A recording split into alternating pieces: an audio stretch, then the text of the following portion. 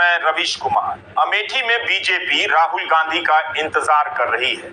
Congress party 300 से अधिक उम्मीदवारों के नाम घोषित कर चुकी है, लेकिन अमेठी और रायबरेली की सीट खाली छोड़ दी गई। सोनिया गांधी के चुनावी राजनीति से संन्यास लेने के कारण रायबरेली पर भी नए उम्मीदवार की चर्चा है। क्या प्रियंका हो सकती हैं? अमेठी से राहुल गांधी लड़ेंगे या नहीं, इस पर गोदी मीडिया को काफी दिलचस्पी है, क्योंकि इसी बहाने उसे मौका मिलता है राहुल गांधी को बार बार कमजोर साबित करने का, लड़ाई से भागने वाले नेता की छवि बनाते रहने का। हमारे इस वीडियो को आप पूरा देखिएगा, आपको अमेठी के बहाने काफी कुछ जानने के लिए मिलेगा। राहुल के आने के पहले से ही स्मृति ईरानी राहुल को अमेठी में लाने लगी हैं, मगर ऐसा क्या है कि राहुल गांधी कभी स्मृति ईरानी का नाम नहीं लेते? क्या इस बार लड़ेंगे तो नाम लेकर संबोधित करेंगे? राहुल गांधी आमतौर पर बीजेपी के दो ही नेताओं के नाम लेते हैं, प्रधानमंत्री मोदी, गृह मंत्री अमित शाह की। लेकिन स्मृति ईरानी राहुल गांधी को तरह तरह के नाम से पुकारती रहती हैं। तो अमेठी की इस कहानी की शुरुआत हम यहाँ के एक मशहूर चाय की दुकान से करते हैं। गौरीगंज रेलवे स्टेशन के बाहर ही है किट्टू चाय की दुकान। अमित सिंह ने कोरोना के बाद यहाँ आकर चाय की दुकान खोली। इसके पहले वे पुणे के रेस्तरां में नौकरी करते थे, मगर कोविड के कारण वो नौकरी छूट गई। अमित सिंह अमेठी आ गए, चाय की दुकान उन्होंने खोल ली। क्योंकि पुणे में रेस्तरां में काम करने का अनुभव था, तो उसका असर इस चाय की दुकान पर भी आप देख सकते हैं। अमित को अपनी चाय की क्वालिटी पर बहुत गर्व है, भरोसा है। यहाँ 10 रुपए की नॉर्मल चाय मिलती है, लेकिन चॉकलेट फ्लेवर वाली रोस्टेड चाय 15 रुपए की मिलती है। तंदूरी चाय की भी वैरायटी आपको मिलेगी। अमित सिंह कहते हैं कि तंदूरी चाय का नाम प्रोफेशनल चाय है, 35 रुपए की है। इसे प्यार वाली चाय भी कहते हैं। जैसे राहुल मोहब्बत की दुकान की बात करते हैं, उनसे बहुत पहले से अमेठी का यह नौजवान यहाँ प्यार वाली चाय बेच रहा है। इसमें आप गुलाब की पंखुड़ियों को उबलता देख सकते हैं। नाजुक पत्तियों के साथ ऐसा प्यार ठीक नहीं। कोई जोड़ा आ जाए या बुजुर्ग तो चाय फ्री में पिला देते हैं। अमित अपने काम को प्यार करते हैं और कहा कि अगर हमारी चाय आप पिएंगे तो एक ही सिप में माइंड फ्रेश हो जाएगा। तो आपने अमित की कहानी के बहाने जाना कि कोरोना के समय जिनकी नौकरी छूट गई वो इतने बड़े देश में कहां खो गए।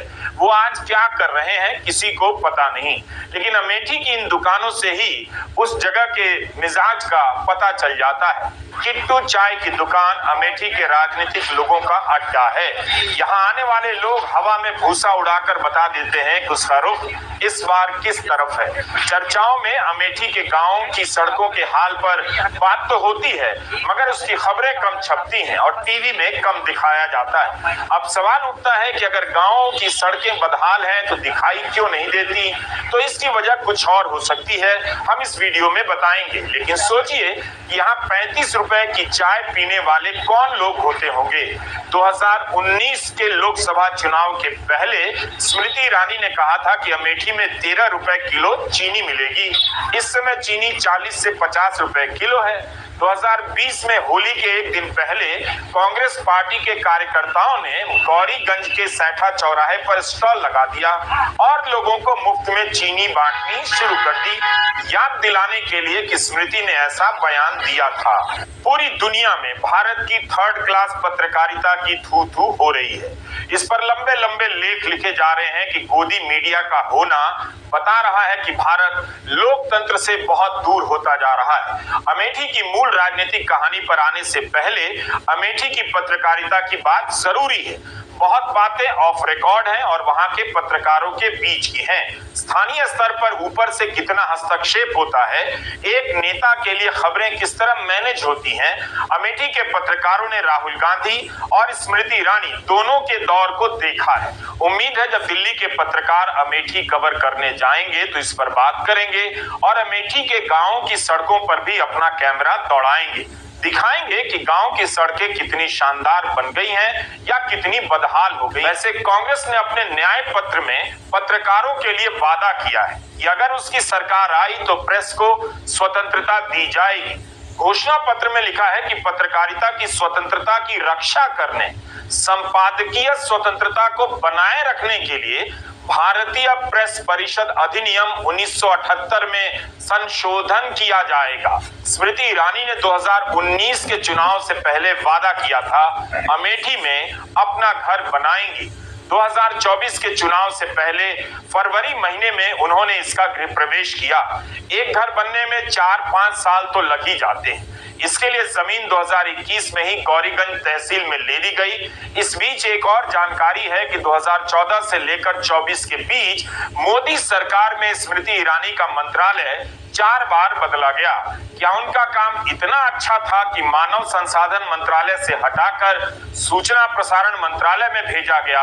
वहां इतना अच्छा उन्होंने काम कर दिया कि वहां से हटाकर टेक्सटाइल मंत्रालय में भेजा गया, और जब वहां बहुत अच्छा काम कर दिया तो उन्हें महिला एवं बाल विकास मंत्रालय और अल्पसंख्यक कार्यों का मंत्री बना दिया गया। लेकिन स्मृति ईरानी मणिपुर नहीं गई। स्मृति ईरानी एक विनम्र नेता है। वे बार बार राहुल गांधी पर अमेठी छोड़ देने और वायनाड को अपना परिवार बनाने को लेकर हमले करती हैं। चुनाव हार जाने की बात बार बार याद दिलाती हैं, लेकिन खुद भूल जाती हैं कि 2004 में जब चांदनी चौक से पहली बार चुनाव लड़ी थी तब कपिल सिब्बल से हार गई थी। कपिल सिब्बल कभी भी कहते नहीं मिलेंगे कि उन्होंने स्मृति ईरानी को हराया था। चांदनी चौक से हारने के बाद स्मृति ईरानी कितनी बार चांदनी चौक गईं? उस हार के बाद उन्हें गुजरात से राज्यसभा भेज दिया गया और 2014 में अमेठी से टिकट दिया गया। मोदी लहर में भी स्मृति ईरानी राहुल गांधी से हार गई थी। 2019 का चुनाव पुलवामा और बालाकोट स्ट्राइक की लहर पर लड़ा गया। वो लहर अलग थी। आज वही लहर नहीं है कि कई सीटों पर मतदान कम हो रहा है। एक तथ्य यह भी है कि 2014 में चुनाव हारने के बाद भी स्मृति ईरानी को मानव संसाधन मंत्रालय दिया गया। मोदी सरकार में उस समय सबसे कम उम्र की कैबिनेट मंत्री बन गई। इसी 19 फरवरी को राहुल गांधी भारत जोड़ो न्याय यात्रा लेकर अमेठी गए। यह उनकी तीसरी यात्रा थी 2019 के बाद। इससे पहले सितंबर 2022 में राहुल गांधी कन्याकुमारी से कश्मीर की पदयात्रा पर चले गए। उसके बाद जनवरी 2024 में दोबारा भारत जोड़ो यात्रा शुरू की और इसी के सिलसिले में 19 फरवरी को राहुल गांधी अमेठी आए। लेकिन 2019 का चुनाव हारने के बाद भी जुलाई महीने में ही राहुल गांधी अमेठी गए थे। वहां उन्होंने कांग्रेस के कार्यकर्ताओं से मुलाकात की और विधानसभा क्षेत्रों और गांवों का दौरा किया था। उस वक्त उन्होंने ट्वीट किया था कि अपने घर आया हूं। फिर दिसंबर 2021 में यूपी विधानसभा चुनाव से पहले पदयात्रा में अमेठी आए और कहा था कि अमेठी मेरा घर है, मुझे कोई यहां से अलग नहीं कर सकता। लेकिन स्मृति ईरानी बार बार कह रही हैं कि राहुल ने अपना घर और परिवार बदल लिया है, वायनाड को अपना लिया है। सब जानते हैं 26 तारीख को वायनाड का वोट हो जाएगा। उसके बाद गांधी का काफिला अमेठी आएगा। जानते हैं ना सब। अब मैंने राजेश से कहा कि हमारा नाता 10 साल पुराना है, लेकिन आज भी घर परिवार में कुछ भी होता है तो हम साथ में उठते बैठते हैं, सुख दुख में एक दूसरे का हाथ बढ़ाते हैं, भाई बहन के नाते। ये रिश्ता आज भी कायम है। लेकिन राहुल गांधी ने जो तथाकथित रिश्ता अमेठी से जोड़ा था 15 साल लापता लेकर, वो रिश्ता तोड़ दिया जब वो वायनाड चले गए। वायनाड में नामांकन करते वक्त उन्होंने घोषित कर दिया वायनाड ही उनका परिवार है।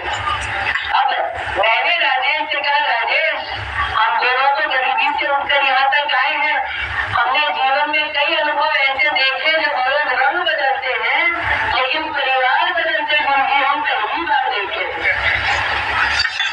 और राहुल गांधी के एक नेता ने वायनाड में ये तक कह दिया कि राहुल जी वायनाड से लड़ रहे हैं क्योंकि वायनाड की जनता ज्यादा वफादार।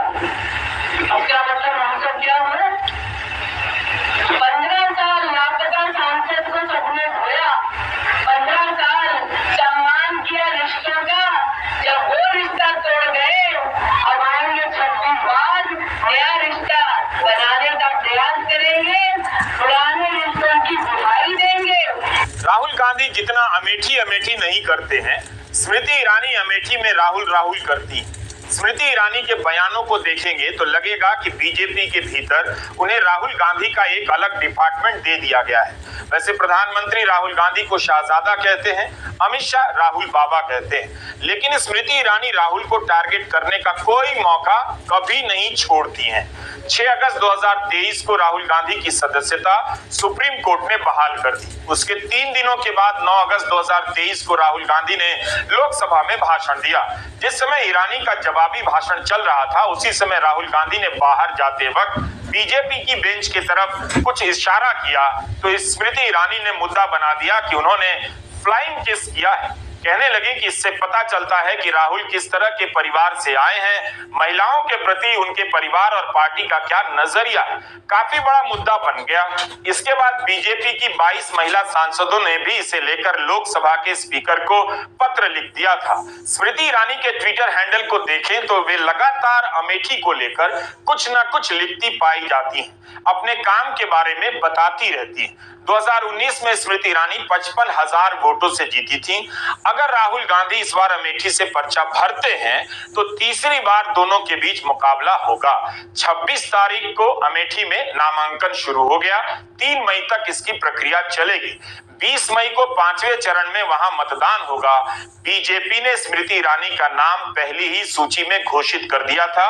वे अमेठी से तीसरी बार चुनाव लड़ रही हैं। स्मृति ईरानी अमेठी में काफी पहले से सक्रिय हो चुकी हैं। उनकी सभाएं शुरू हो गई हैं। सांसद बनने के बाद उनके यहाँ आने को लेकर कोई शिकायत नहीं। वे आती रही हैं। 2014 में हार जाने के बाद भी स्मृति यहाँ आती रही हैं, जिसके कारण 2019 में उन्हें जीत मिली। स्मृति ईरानी को आप लोगों से पर्चा लेते हुए यहाँ देख सकते हैं, मगर सांसद की सक्रियता के अलावा आप इस वीडियो में अमेठी के विकास, अमेठी के गांवों के विकास की तस्वीर नहीं देख रहे हैं। हमारे पास है भी नहीं।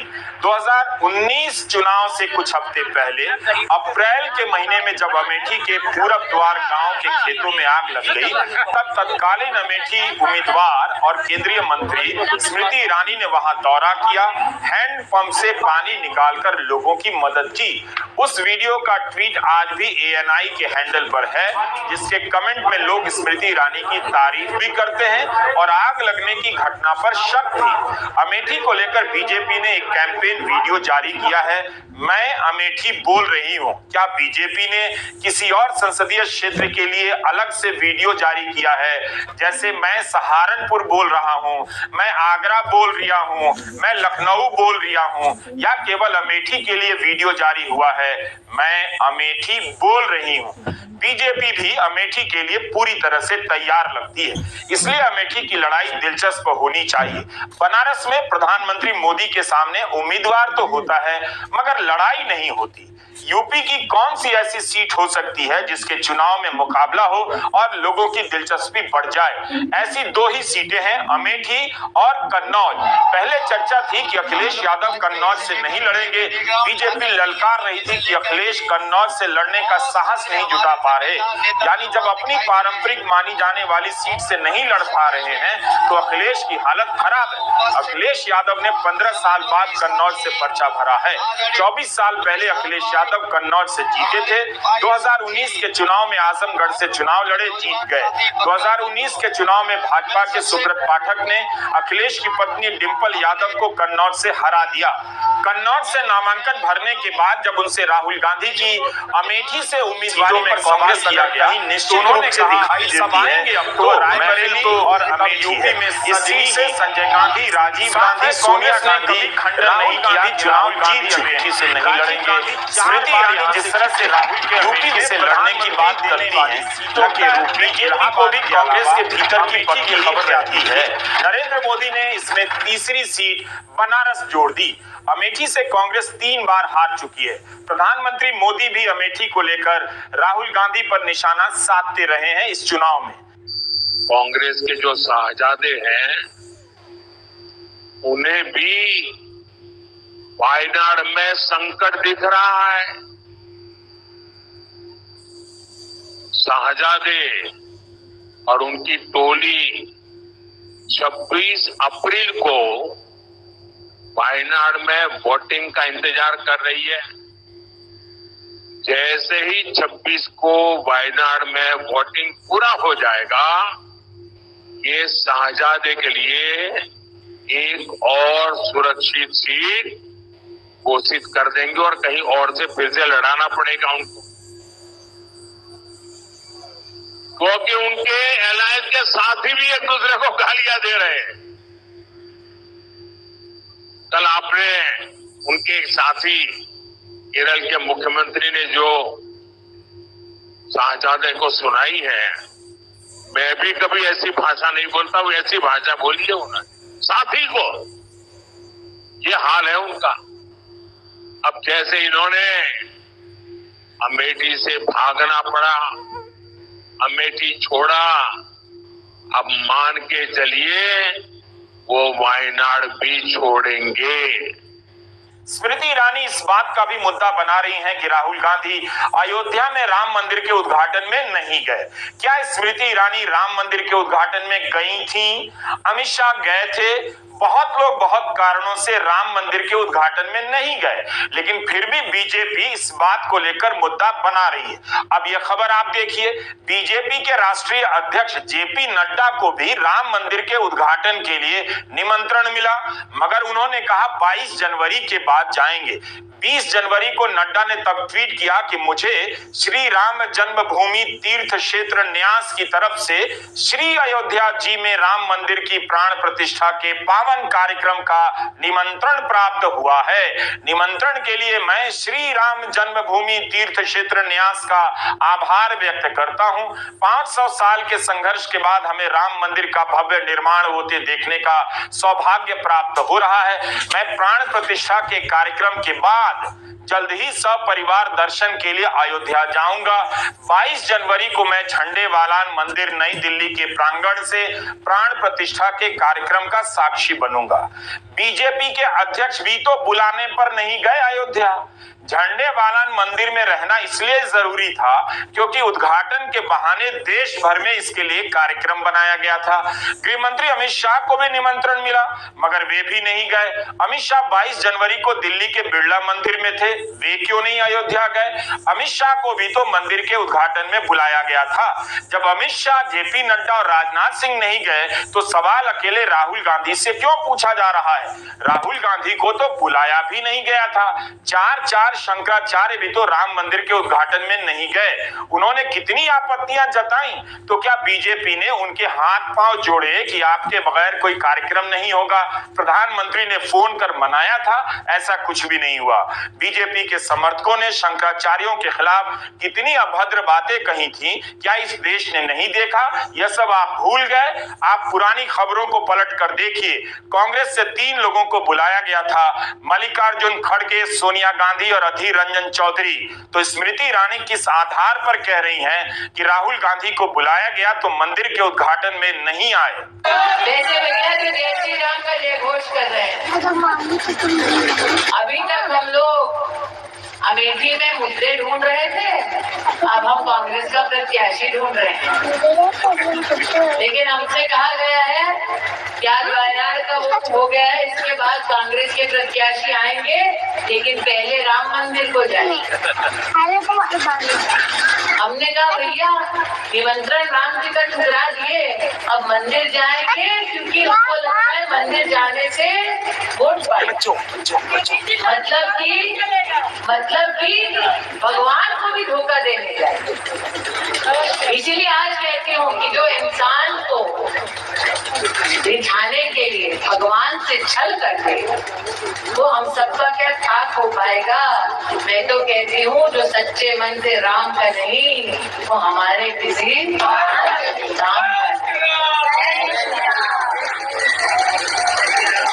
आज मैंने जैसे ही कहा जो सच्चे दिल से राम का नहीं, वीडियो ने कहा वो हमारे किसी काम का नहीं। काम तो कांग्रेस के प्रत्याशी का भी नहीं है। क्या स्मृति ईरानी को यह भी पता है कि राहुल गांधी अयोध्या जा रहे हैं, राम मंदिर का दर्शन करेंगे, तब अमेठी आएंगे। कमाल है, इसकी कोई सार्वजनिक घोषणा तो नहीं हुई है, मगर वे अपने भाषणों में कहने लगी हैं कि पहले राम मंदिर को जाएंगे। स्मृति ईरानी ने साफ कहा है कि निमंत्रण राम जी का ठुकरा दिए, लेकिन राहुल को तो निमंत्रण ही नहीं मिला।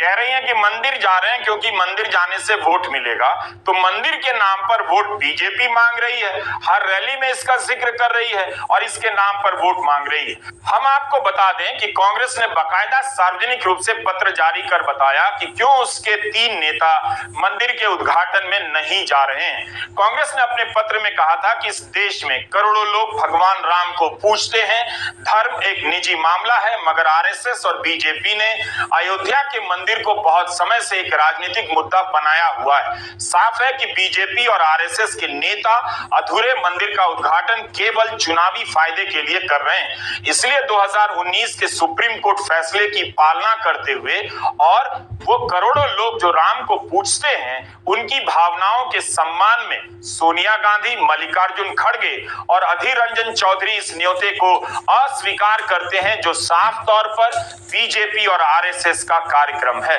शशि थरूर ने कहा था कि कांग्रेस पार्टी को नहीं बुलाया गया था, उस निमंत्रण पत्र को आप किसी दूसरे को नहीं सौंप सकते थे। राम मंदिर के उद्घाटन में बीजेपी के ही अधिकतर नेताओं को नहीं बुलाया गया। यह सब हम भूल क्यों गए? उस समय किसे निमंत्रण मिला था उसकी सूची भी तो देखिए। 22 जनवरी को राम मंदिर का उद्घाटन हुआ। इसके कुछ ही दिनों बाद 19 फरवरी को जब राहुल गांधी की यात्रा अमेठी पहुंची, तब उन्होंने इसे मुद्दा बनाया और उठाया। अमेठी में 25% आबादी अनुसूचित जाति की बताई जाती है। देखा ना, धूमधाम से हुआ, देखा ना। उसमें आपने किसी दलित को देखा? आपकी राष्ट्रपति, हमारी राष्ट्रपति आदिवासी हैं, उनको अंदर नहीं आने दिया। उनका चेहरा देखा आपने? किसी वहां पे किसान का चेहरा देखा? मजदूर का देखा? पिछड़े वर्ग के आपने लोग देखे वहां पे? नहीं। अदानी देखा? उसके बच्चे देखे? अंबानी देखा? उसके बच्चे देखे? सारे बिजनेस वाले देखे? नरेंद्र मोदी देखे? अमिताभ बच्चन दिखा?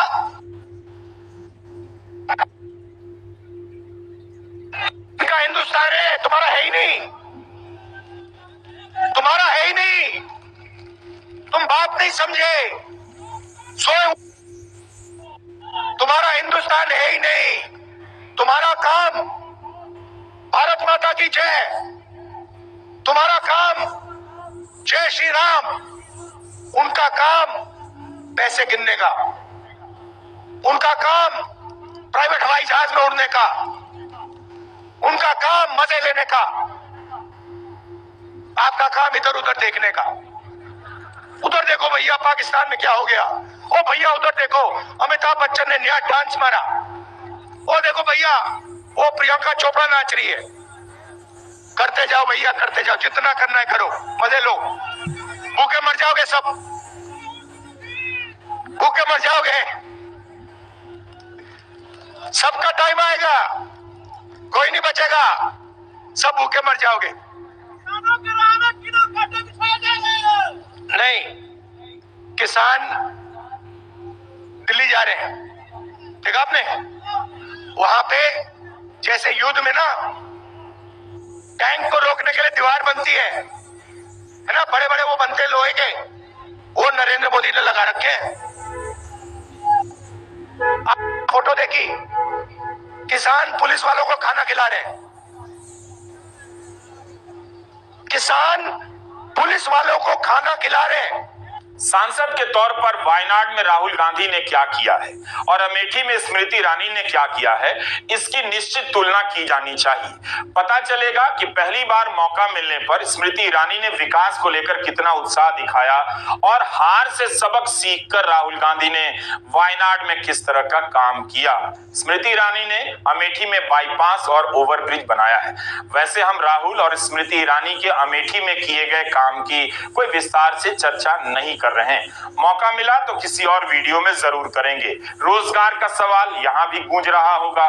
मोदी सरकार ने घोषणा पत्र में लिखा है कि पिछले 10 वर्षों में 1.4 करोड़ से अधिक युवाओं को पीएम कौशल विकास योजना के अंतर्गत कौशल प्रशिक्षण से कुशल बनाया जा रहा है। स्मृति ईरानी यही बता सकती हैं कि इनमें से कितने नौजवान अमेठी के हैं और उन्हें किस तरह का काम मिला है। 2019 में जब राहुल गांधी ने वायनाड से पर्चा भरा, उस समय विश्लेषक लिख रहे थे कि अमेठी ने गांधी परिवार से वफादारी तो निभाई, लेकिन नौजवानों ने वोट बदल दिया क्योंकि अमेठी का उतना विकास नहीं हुआ जितना गांधी परिवार को जिताने के बाद हो सकता था। क्या इस समय विश्लेषक ये बातें कर रहे हैं? क्या आपको मीडिया में अमेठी के विकास और नौजवानों के सपने पूरे होने की खबरें नजर आ रही हैं? 2 साल पहले जब अग्निपथ योजना लॉन्च हुई तब अमेठी में सड़कों पर युवक उतर आए। दैनिक भास्कर की रिपोर्ट में लिखा है कि प्रदर्शनकारियों ने दुर्गापुर अमेठी मार्ग जाम कर दिया और मांग की सरकार फैसला वापस ले। इसके 3 साल पहले भास्कर की एक और रिपोर्ट है कि अमेठी की सड़कों पर उतरे युवाओं ने 2 वर्ष से सेना में भर्ती नहीं होने पर प्रदर्शन किया। इस दौरान उन्होंने एआरओ ऑफिस का घेराव किया, भर्ती खोलने और ओवर एज को 2 वर्ष की छूट देने की मांग उठाई। यह सब उत्तर प्रदेश विधानसभा चुनाव से पहले हो रहा था। सवाल है कि राहुल गांधी अमेठी से लड़ेंगे तो क्या इस बार प्रियंका गांधी रायबरेली से लड़ेंगी? 2004 से ही प्रियंका गांधी अमेठी और रायबरेली के चुनावों का प्रबंधन करती रही हैं। जैसे स्मृति इस बार राहुल के अमेठी नहीं आने की गिनती गिनवा रही हैं। 2019 में वही बात प्रियंका गांधी कहा करती थी कि वे 5 साल में 16 बार अमेठी आई, जबकि राहुल गांधी दुगनी बार आए। अमेठी में राहुल के पोस्टर इसी गेस्ट हाउस में दिखते हैं, लेकिन इस समय यह जर्जर सा लग रहा है। राहुल के आते ही यह गेस्ट हाउस चमकने लग जाएगा, लेकिन चुनाव केवल आने और चले जाने से तय नहीं होता। 2019 में प्रियंका गांधी पूर्वी यूपी की कांग्रेस अध्यक्ष थी, लेकिन जैसे जैसे 2019 में अमेठी के चुनाव का दिन नजदीक आने लगा, प्रियंका गांधी अमेठी में व्यस्त हो गई। चुनाव से करीब 1.5 महीना पहले 7 बार अमेठी आई। आज प्रियंका गांधी गुजरात और महाराष्ट्र में थी। यह लातूर का वीडियो है। उन्होंने एक सभा में अपने परिवार को निशाना बनाए जाने का मुद्दा उठाया। इन्होंने कितनी गाली दी हमारे परिवार को, इससे हमें कोई परवाह नहीं है। किसी को नहीं छोड़ा, माँ को नहीं छोड़ा, पिता को नहीं छोड़ा, दादी को नहीं छोड़ा, दादा को नहीं छोड़ा, परदादा को नहीं छोड़ा, भाई को नहीं छोड़ा, पति को नहीं छोड़ा। कोई बात नहीं करते रहे। 56 इंच का इनका सीना नहीं है, इनका सीना नहीं है, लोहे के सीने हैं हमारे। करते रहे, लेकिन देश के सामने इस तरह के झूठ बोलना, इस स्तर पे आना देश के सामने कि कोई राजनीतिक दल आके एक्सरे लेकर आपके घर में घुस के, मतलब मजाक की बात है। उत्तर प्रदेश में 2 चरणों के चुनाव हो चुके हैं। दोनों चरणों में मतदान को देख नहीं लगता कि इस बार मतदाताओं के बीच पुलवामा के आतंकी हमले और बालाकोट स्ट्राइक के बाद जैसा उत्साह है, जबकि राम मंदिर के उद्घाटन से बीजेपी को उम्मीद रही होगी कि मतदाता बड़ी संख्या में वोट करने आएंगे। बीजेपी राम मंदिर के नाम पर वोट मांग रही है, तब भी मतदान प्रतिशत का बुरा हाल है। राहुल गांधी को अमेठी जाना ही चाहिए, इस लड़ाई में अपना हाथ आजमाना चाहिए। अमेठी में राहुल के जाते ही यूपी की लड़ाई में जान भी आएगी। राहुल गांधी इस बार 2019 और 14 के राहुल से काफी अलग है। देखा जाएगा अमेठी में क्या होता है। नमस्कार, मैं रवीश कुमार।